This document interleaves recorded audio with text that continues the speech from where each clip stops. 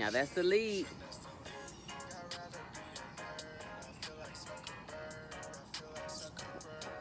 I'd rather read.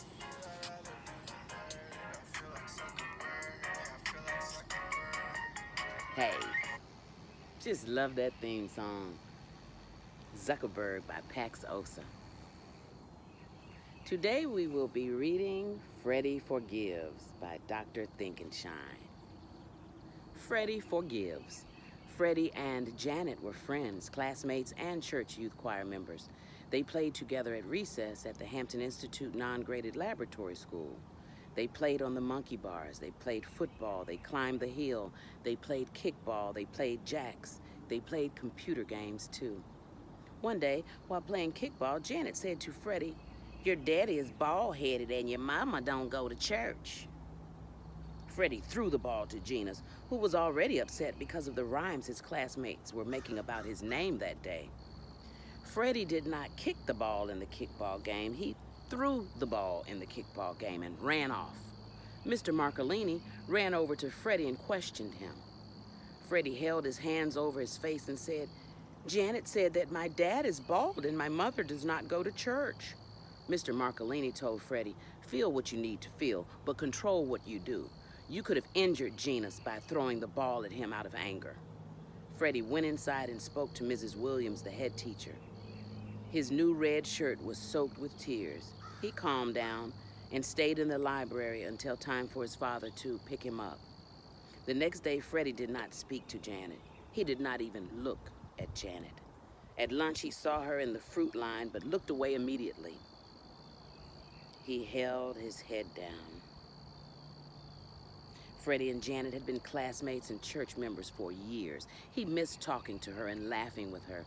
Freddie missed trading his cauliflower for her donuts. He missed his friend. Freddie remembered what his Sunday school teacher and Tyler Perry taught him about forgiveness. His teachers, Brother Bullock and Sister Peace, taught him that we need to forgive others the way we want God to forgive us when we do something wrong. Tyler Perry said, "When you haven't forgiven those who've hurt you, you turn your back against your future. When you do forgive, you start walking forward." Freddie wants to walk forward. Freddie wants a happy future. Freddie wants a bright future. Do you want to walk forward toward your future? Freddie does. That is why Freddie wants to forgive. On Monday, when Freddie returned to school, he did not say a word to Janet about her comments about his parents. Freddie simply sat next to her at lunch and asked if he could exchange his carrots and celery for her nacho chips.